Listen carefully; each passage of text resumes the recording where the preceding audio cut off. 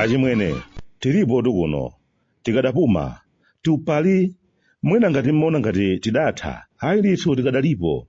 N'chifukwa chakabe nthawi zonse timayimba kalata, kukumbutsani kuti tilipo. Kusayankha kalata zathu, chimakhala chipongwe chanu basi. Paja anthu ena akamakhala achipongwe ndithu, koma ife umbali yathu ndiye timayesetsa kuti pasamapite nthawi ndithu, mukudzikumbukira kuti muli ndi abale. Sikuti cholinga chimakhala kupemphani, ayi ndithu. Si onse amene amakupatsani moni kapena amalumikizana nanu amene ali wopempha. Ndimaona ngati anthu ambiri kulakwitsa kwanu kumakhala kumeneko. Mukakwera mu mtengo, basi simufunanso ena ake akuyandikireni. Aliyense akakumwetulirani ndiye mmaona ngati ameneyo mathero ake andipempha ndithu. Moni weniweniyu kuti mwadzuka bwanji mzunga, koma kuchita kukanika kuyankha kuti ameneyo tikamuyankha sindiye kuti basi ameneyo andipempha ina yake basi. Ayi ndithu sichonchoyi. Ife timangofuna timveko mawu ano, tidziwe zikuyenderani bwanji anzathu kumangala ndeko. Kwathu kuno paja ndikumakamba mobwerezabwereza kuti pali basi imodzi yokha imene anthu akumakwera. Basi yake ndiye ndikhweze basi. Kungokhala ndi ulendo, ndiye ulendo wake ndikukhala pa basi. Anthu makono samayang'ananso kwinayi, amayang'ana ku basi namba 1 kwathu kuno. Khweze buses basi imayenda bwino kwambiri, simakhumudwitsa ngati mmene makosana enawo akumachitira achimwene. Munthu une lero ndadzuka mmawa ndithu monga manthawi zonse kuti ndikupatseni moni achimwene anga, komanso ndimafuna ndikuwuzeni kuti Timoteyo mnyamata wanu uja watipepesa kamba zonse zimene adatichitira m'mbuyomo. Akuti wazindikira kuti anatinamiza, anatidyetsa galu, anatishomolera ng'ona. Timoteyo ndiye watilembera chikalata chopepesa kuti timukhululukire Komuredi. Ati munikhululukire. Nditaona izi ndinaseka ndithu, ndakanika kudzigwira. Kenaka ndinafika podziwuza kuti I think kwathu kuno kulidi madrama osati sewero. Kungoti kukuchitika zinthu zambiri kwathu kuno, tikanayankhula zinthu zambiri koma pena pake munthu une ndilibe loya woti akhoza kukandiyimira ku mabwalo a zamilandu. Mwina maka anthu ena ake ataganiza zoti Bwande tawakhaulitse basi. Ndimakumbukira nthawi imene ija Komuredi ndi Timoteyo akumatiwuza kuti osaopa, palibe kuopa Bwande, tiyeni kunsewu. Tidakopekadi mtima nthawi imene ija, kumatsatira kwina kulikonse kumene amapita. Mfuti sitinkayiopanso. Mwanji wa Timoteyo ndi anzake ena adatipanga kukhala anthu olimba mtima, akadziotche, akafanikhale, ndiye kudavuta achimwene. Mpakana munthu wamkulu Brazil Mmerikano akakhala paliponse samamva bwinoye. Amati kumuyang'ana Timoteyo zimamuwawa kwa basi. Moti ngakhale pano atafunsidwa kuti kodi mudzamukhululukira Timoteyo, Brazil anaonekabe okwiya kwa basi. Anawalakwira.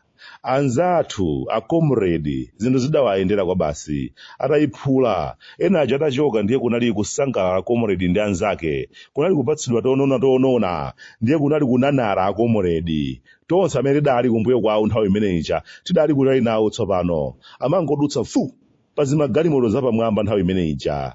Kachaso amene amapyontha ndi anzake adasintha. Sanalinso kachaso wamamtsirizamu, ayi ndithu. Amapyontha kachaso weniweni waku South Africa. Galimoto za misonkho yathu nkumachita nazo ngozi, mutu utachita juku. Maganizo onse anzeru amene Komuredi ndi anzake ena aja ankatiwuza, ayi ndithu anakanika kuwapanga. Kunali kudya basi. Tikamadandaula kuti Komuredi mwatiyiwala, nkhani makhayo kuti viva pa Komuredi, viva! Osadandaula Komuredi, musangalala posachedwa apa. Yodu mmene muchiboda chili mkamwa akusangalala. Ndimakumbukira nthawi imene ija zinthu zitazondoka, kulephera kuwadandaulira maKomuredi. Ayi ndithu, palibe amene amamvansoyi, aliyense amapanga zake basi. Nchifukwa chimwene atabwereranso lero kudzatiwuza kuti Komuredi Bwande, chonde mutikhululukire, tinakusokeresani. Timakhala anthu amkwiyo pang'ono. Mkwiyo athu umakhala poti. Mwazindikira tsopano kuti munatilakwitsa chifukwa zinathapo. Mapwevupevu amene mmadyerera munathana nawo. Kuti kulakwitsa kwanu kukadaoneka mukadakhala kuti mukadali mkati momuja. Pamenepa ndi pamene paumapweteka mtima mwene. Pamenepa ndi pamene ndiumadziwuza kuti anthu ena ake ndi adyera kwambiri. Akamapanga zinthu zawo amakhala kuganiza za iwo khantha pa banja lawo basi. Nthawi zonse amafuna kukhala patsogolo. Kumangoganiza za mimba zawo osati za ifeyi. Tamba tsopano umazindikira kuti nthawi zambiri achimwene tachita zinthu zina zake zolakwika kuthandizira ena ake kuti apeze mipando, osatinso mipando yoti athandize nayo anthufe, ayi ndithu, koma akwaniritse zofuna zawo. Ulendo uno akudzatipepesa Komuredi tinangoyang'anizana ndi kafadala kenaka kuseka tokha tati zikaterotu ndiye kuti ulova wakwana akufuna mwina mwake aonekaye kuti apeze chochita china chake. Nkhani ya Timoteyo ingondikumbutsa zina ndi zina zimene namagetsi wangayo amakhala kundiwuza nthawi zambiri, koma kuti mwina mwake m'malo moti timvetsere ayi ndithu zimatikanika. Namaga makonda kumatiwuza kuti obwande inu zimenetu akupangani Komuredizi ndi chimodzimodzi chopondera polowa nyumba ife dzidzidzi. Akutanthauza chani namagetsi? Ndi pamene amadzati anthu akapondaponda matope awo uko amasakasaka chopondera asalowe ndi matope nyumba, akalowa basi kumakhala kuchiwala chopondera chija sangatulukenso kachitenga kuti aise basi otithandiza nawenso lowe nawo nyumba muno. Ayi ndithu simakhalanso kulabada kuti chopondera chija chili potani chakhala bwanji, agalusa achikoka. Ayi ndithu chimadzafunikiranso nthawi ina ake akapondedwanso matope kapena dzithaphwi ndi kumakhala kuyang'anayang'ana kuti kodi paja nakisiya pati chopondera chija. Inu tayang'anani chopondera chija abale, matope tife kuphaziko. Zimenezo ndi zimene Timoteyo ndi anzake ena akufuna achite ulendo uno. Atatitaya ngati chopondera pano nsapato ilinso ndi matope, akufuna chopondera aponderenso achotse matope kenaka alowe mkati mwa nyumba. Si Timoteyo yekha achimwene, alipo ambiri nkhani zake zimakhala zimenezo. Amamvetsa chisoni kwambiri akafuna chinthu kuti kopa tiwathandize. Ife nkumati tikuthandiza kuti miyoyo yathu isinthe, koma ayi ndithu imakhala iri chimodzimodzi. Amadzatikumbukiranso nthawi ina yake akasanduka malova, ndiyeni pamene amabwera ayi mutikhululukire obwande sinakupangeni bwino, ndiye ndimafuna kuti ulendo uno mutithandizenso tipitenso pansewu tikayipatse moto.